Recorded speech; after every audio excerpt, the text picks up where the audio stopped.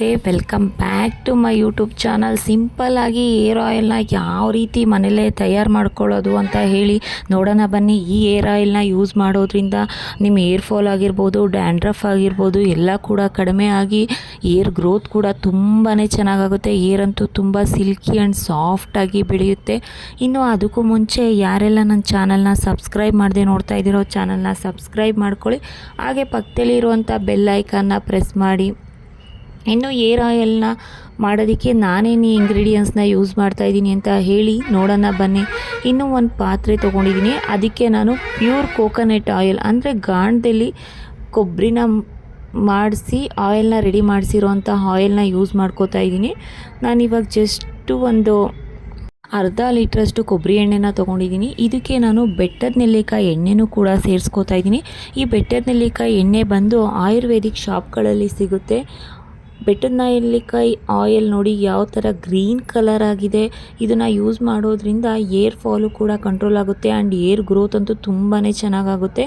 ನಾನು ಪರ್ಸ್ನಲಾಗಿ ನೆಲ್ಲಿಕಾಯಿ ಆಯಿಲ್ನೇ ಕೂಡ ಸಿಂಗಲ್ ನೆಲ್ಲಿಕಾಯಿ ಆಯಿಲ್ನೂ ಕೂಡ ನಾನು ಯೂಸ್ನ ಮಾಡ್ತೀನಿ ಕೆಲವೊಂದು ಟೈಮು.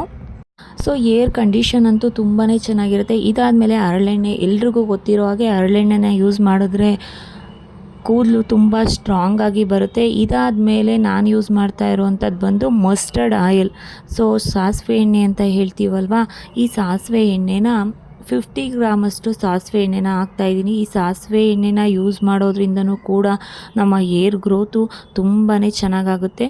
ಇದಾದಮೇಲೆ 1 ಟೇಬಲ್ ಸ್ಪೂನಷ್ಟು ಮೆಂತ್ಯ, ಹಾಗೆ ಒಂದು 3-4 ಟೇಬಲ್ ಸ್ಪೂನ್ನಷ್ಟು ಬೆಟ್ಟದ ನೆಲ್ಲಿಕಾಯಿ ಮತ್ತು ರೋಸ್ಮರಿ ಲೀವ್ಸು. ಇದಾದಮೇಲೆ ಒಂದು 4-5 ಲವಂಗ. ರೋಸ್ಮರಿ ಲೀವ್ಸು ಮತ್ತು ಬೆಟ್ಟದ ನೆಲ್ಲಿಕಾಯಿನ ಹಾಕೋದ್ರಿಂದ ಏರ್ ಕೂಡ ತುಂಬಾ ಚೆನ್ನಾಗಿರುತ್ತೆ. ನಾನು ಆಲ್ರೆಡಿ ಬೆಟ್ಟದ ನೆಲ್ಲಿಕಾಯಿ ಆಯಿಲು ಕೂಡ ಹಾಕಿದ್ದೀನಿ. ಆದ್ರೂ ಬೆಟ್ಟದ ನೆಲ್ಲಿಕಾಯಿ ಹಾಕೋದ್ರಿಂದ ಅದರಲ್ಲಿರೋ ಸಾರ ಕೂಡ ತುಂಬಾ ಚೆನ್ನಾಗಿ ಬಂದಿರುತ್ತೆ ಅಂತ ಹೇಳಿ ನಾನು ಬೆಟ್ಟದ ನೆಲ್ಲಿಕಾಯಿ ಕೂಡ ಯೂಸ್ನ ಮಾಡ್ಕೋತಾ ಇದ್ದೀನಿ. ಇದಾದಮೇಲೆ ಕಲೋಂಜಿ ಎಲ್ರಿಗೂ ಗೊತ್ತಲ್ವ, ಆಯಿಲ್ನ ರೆಡಿ ಮಾಡಬೇಕಾದ್ರೆ ಕಲೋಂಜಿ ಹಾಕೋದ್ರಿಂದ ನಮ್ಮ ಕೂದಲು ತುಂಬಾ ಬ್ಲ್ಯಾಕ್ ಆಗಿ ಚೆನ್ನಾಗಿ ಬೆಳೆಯುತ್ತೆ. ಇದಾದಮೇಲೆ ಭೃಂಗರಾಜ ಲೀವ್ಸ್ನ ನಾನು ಅಮೆಝಾನಲ್ಲಿ ತರಿಸ್ಕೊಂಡಿದ್ದೀನಿ. ಸ್ಮಾಲ್ ಸೈಜ್ ಬೌಲಲ್ಲಿ 1 ಬೌಲ್ನಷ್ಟು ಭೃಂಗರಾಜ ಲೀವ್ಸ್ನ ಹಾಕ್ತಾಯಿದ್ದೀನಿ. ಭೃಂಗರಾಜ ಲೀವ್ಸ್ನ ಹಾಕೋದ್ರಿಂದ ಈ ನಮ್ಮ ಮಕ್ಳುಗಳಿಗೆಲ್ಲ ಚಿಕ್ಕ ವಯಸ್ಸಲ್ಲಿ ನರೆ ಕೂದಲು ಬರುತ್ತಲ್ಲ, ಅದೆಲ್ಲ ಕಡಿಮೆ ಆಗಿ ಏರ್ ಚೆನ್ನಾಗಿ ಬೆಳೆಯುತ್ತೆ. ಅಷ್ಟೇ ಅಲ್ಲದೆ ಬ್ಲ್ಯಾಕ್ ಆಗುತ್ತೆ ಅಂತ ಹೇಳಿ ಈ ಭೃಂಗರಾಜ ಲೀವ್ಸ್ನ ಜಾಸ್ತಿ ಹಾಕ್ತಾಯಿದ್ದೀನಿ. ಇನ್ನು ದಾಸವಾಳ ಹೂವು ಕೂಡ ನಾವು ನಮ್ಮ ಗಿಡದ್ದೇನೆ ಒಣಗಿಸಿ ಇಟ್ಕೊಂಡಿರ್ತೀನಿ. ಹಾಗಾಗಿ ಇದಕ್ಕೆ ಸ್ವಲ್ಪ ದಾಸವಾಳ ಹೂವು ಕೂಡ ಸೇರಿಸ್ಕೊಂಡಿದ್ದೀನಿ. ಇದಾದಮೇಲೆ ಬಾದಾಮಿ ಆಯಿಲ್ ಅಂದರೆ ಆಲ್ಮಂಡ್ ಆಯಿಲ್ನ ಯೂಸ್ ಮಾಡೋದ್ರಿಂದ ಏರು ತುಂಬ ಸಾಫ್ಟ್ ಆ್ಯಂಡ್ ಸಿಲ್ಕಿಯಾಗಿ ಬರುತ್ತೆ.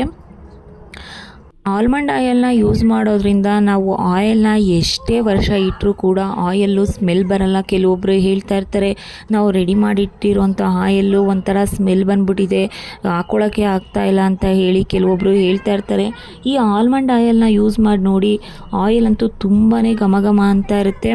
ಇನ್ನು ಇದಾದಮೇಲೆ ನಾನು ಇದಕ್ಕೆ ಯೂಸ್ ಮಾಡ್ತಾ ಇರೋದು ಬಂದು ಲಾವಂಚ ಬೇರು. ಸೊ ಎಲ್ರಿಗೂ ಗೊತ್ತಿರೋ ಹಾಗೆ ಲಾವಂಚ ಬೇರು ಎಷ್ಟು ಸುಗಂಧ ಭರಿತವಾಗಿರುತ್ತೆ ಅಂತಲೂ ಗೊತ್ತಲ್ವ.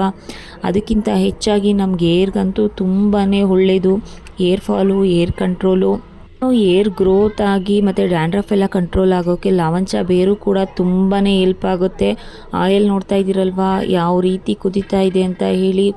ಇನ್ನು ಆಯಿಲ್ನ ಮಾಡಬೇಕಾದ್ರೆ ಮನೆಯೆಲ್ಲ ಕೂಡ ಘಮ ಅಂತ ಇದೆ. ಎಷ್ಟು ಚೆನ್ನಾಗಿ ಅಂತ ಬರ್ತಾ ಇದೆ ಅಂತ ಅಂದರೆ ಆ ಫ್ಲೇವರು ಹೇಳೋಕ್ಕಾಗ್ತಾಯಿಲ್ಲ, ಅಷ್ಟು ಚೆನ್ನಾಗಿ ಎಣ್ಣೆ ಕುದಿಯೋಕ್ಕೆ ಶುರುವಾಗಿದೆ. ನಾನು ಈ ರೀತಿ ಎಣ್ಣೆನ ಬೇಯಿಸ್ಕೊಂಡಿದ್ದಾದಮೇಲೆ ಇದಕ್ಕೆ ಹಾಕಿರೋ ಹರ್ಬ್ಸ್ನೆಲ್ಲ ಇಮಿಡಿಯೇಟ್ ನಾನು ತೆಗಿಯೋಕ್ಕೆ ಹೋಗೋದಿಲ್ಲ. ಮಿನಿಮಮ್ ಅಂತ ಅಂದರೂ 1 ವಾರನಾದರೂ ಈ ಆಯಿಲ್ ಒಳಗಡೆ ಆ ಹರ್ಬ್ಸ್ ಎಲ್ಲ ಇರೋ ರೀತಿ ಇಟ್ಟಿರ್ತೀನಿ. ಅದಾದಮೇಲೆ ನಾನು ಇದನ್ನು ಒಂದು ಜಾಲರಿಲಿ ಸೋಸಿ ನಾನು ಒಂದು ಪ್ಲಾಸ್ಟಿಕ್ ಆಗಲಿ ಒಂದು ಗಾಜಿನ ಬಾಟ್ಲಿಗಾಗಲಿ ಎತ್ತಿಟ್ಕೋತೀನಿ ಯೂಸ್ ಮಾಡೋಕ್ಕೆ ಅಂತ ಹೇಳಿ. ಸೊ ಇನ್ನು ಆಯಿಲ್ ಕಲರ್ನ ನೋಡ್ತಾ ಇದ್ದೀರಲ್ವ, ಆಯಿಲು ಎಷ್ಟು ಕಲ್ಲರಾಗಿ ಬಂದಿದೆ, ಎಷ್ಟು ಬ್ಲ್ಯಾಕ್ ಆಗಿದೆ ಅಂತ ಹೇಳಿ. ನನಗಂತೂ ಈ ಸೋಸ್ತಾ ಇರಬೇಕಾದ್ರೆ ಅದ್ರ ಫ್ರಾಗ್ರೆನ್ಸ್ ಅಂತೂ ಎಷ್ಟು ಘಮ ಅಂತ ಇತ್ತು ನೋಡಿ, ಯಾವ ರೀತಿ ಆಯಿಲ್ ಬಂದಿದೆ ಅಂತ. ನೀವು ಬಾಟ್ಲಲ್ಲಿ ನೋಡಿದ್ರೆ ನಿಮಗೆ ಕರೆಕ್ಟಾಗಿ ಆಯಿಲ್ ಕಲರು ಗೊತ್ತಾಗುತ್ತೆ. ಯಾಕೆ ಆ ಟ್ರಾನ್ಸ್ಪರೆಂಟ್ ಇರೋದ್ರಿಂದ ಆಯಿಲ್ ಕಲರ್ ಎಷ್ಟು ಬ್ಲ್ಯಾಕ್ ಆಗಿದೆ ಮತ್ತು ಇದನ್ನು ಯೂಸ್ ಮಾಡೋದ್ರಿಂದ ಹೇರು ನಿಮಗೆ ಎಷ್ಟು ಚೆನ್ನಾಗಿ ಬರುತ್ತೆ ಅಂತ ಹೇಳಿ ತಿಳ್ಕೊಬೇಕು ಅಂದರೆ ನನ್ನ ಮಗಳು ಹೇರ್ನ ನೋಡಿದ್ರೆ ನಿಮಗೆ ಗೊತ್ತಾಗುತ್ತೆ.